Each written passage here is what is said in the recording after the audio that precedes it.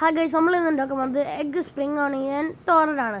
ഇനി നമ്മൾ ഈ സ്പ്രിംഗ് ഓണിയനൊക്കെ കട്ട് ചെയ്തിട്ട് ചെറുതാക്കി പീസസ് ആക്കാം. പാൻ എടുത്ത അതിലേക്ക് ഓയിൽ ഒഴിക്കുക. ഓയിൽ ചൂടായി കഴിഞ്ഞാൽ അതിലേക്ക് കടുകിട്ട് പൊട്ടിക്കുക.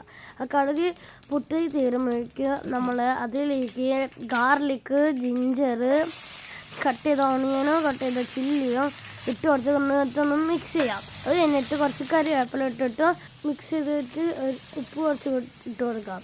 അത് കഴിഞ്ഞ് മഞ്ഞൾപ്പൊടിയും കൂടി ഇട്ട് കൊടുത്ത് നന്നായിട്ട് മിക്സ് ആയിട്ട് ഗോൾഡൻ കളർ ആവണ വരെ വെയിറ്റ് ചെയ്യാം. ഇപ്പോൾ ഗോൾഡൻ കളറായി.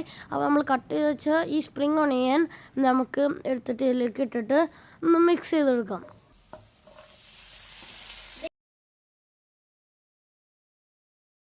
ഇപ്പോൾ മിക്സ് ആയിട്ടുണ്ട്. നമുക്ക് ഇതിൻ്റെ മൂടി എടുത്ത് അടിച്ച് വയ്ക്കാം. അടിച്ച് വെച്ചിട്ട് ഇപ്പോൾ കുറച്ച് ആറായിട്ടുണ്ട്. ഇപ്പോൾ നന്നായിട്ട് എന്ത് വന്നിട്ടൊക്കെ ഉണ്ട്. അപ്പോൾ നമുക്കിനി ഇതിലേക്ക് കോക്കനട്ട് സ്ക്രാപ്പ് ഇട്ട് കൊടുക്കാം.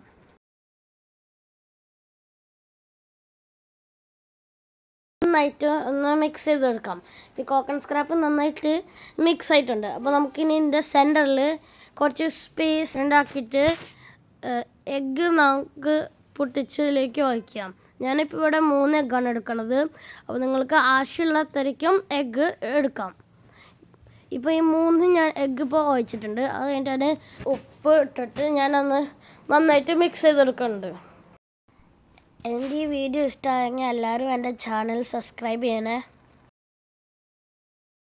അപ്പം ഇനി ഇത് എഗ്ഗ് നമുക്ക് ഈ സെൻറ്ററിൽ വെച്ചിട്ട് ഇങ്ങനെ ഇളക്കിക്കൊണ്ടിരിക്കാം. ഇതെല്ലാവരും ട്രൈ ചെയ്ത് നോക്കണം. എന്നിട്ട് അഭിപ്രായം കമൻറ്റ് ചെയ്യണേ. ഇപ്പോൾ ഈ എഗ്ഗ് കുറച്ചും കൂടി സോളിഡിഫൈ ആയിട്ടുണ്ട്.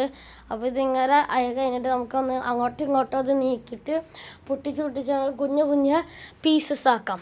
ഇപ്പോൾ നമ്മളത് ഇളക്കിയിട്ട് കുറച്ച് കുഞ്ഞു പീസായിട്ടുണ്ട്. ഇപ്പോൾ ഈ എഗ്ഗ് നമുക്ക് ഈ കറിയായിട്ട് നന്നായിട്ടൊന്ന് മിക്സ് ചെയ്തെടുക്കാം. നന്നായിട്ട് മിക്സ് ആവണം. ഇപ്പോൾ നമ്മൾ കറി റെഡി ആയിട്ടുണ്ട്.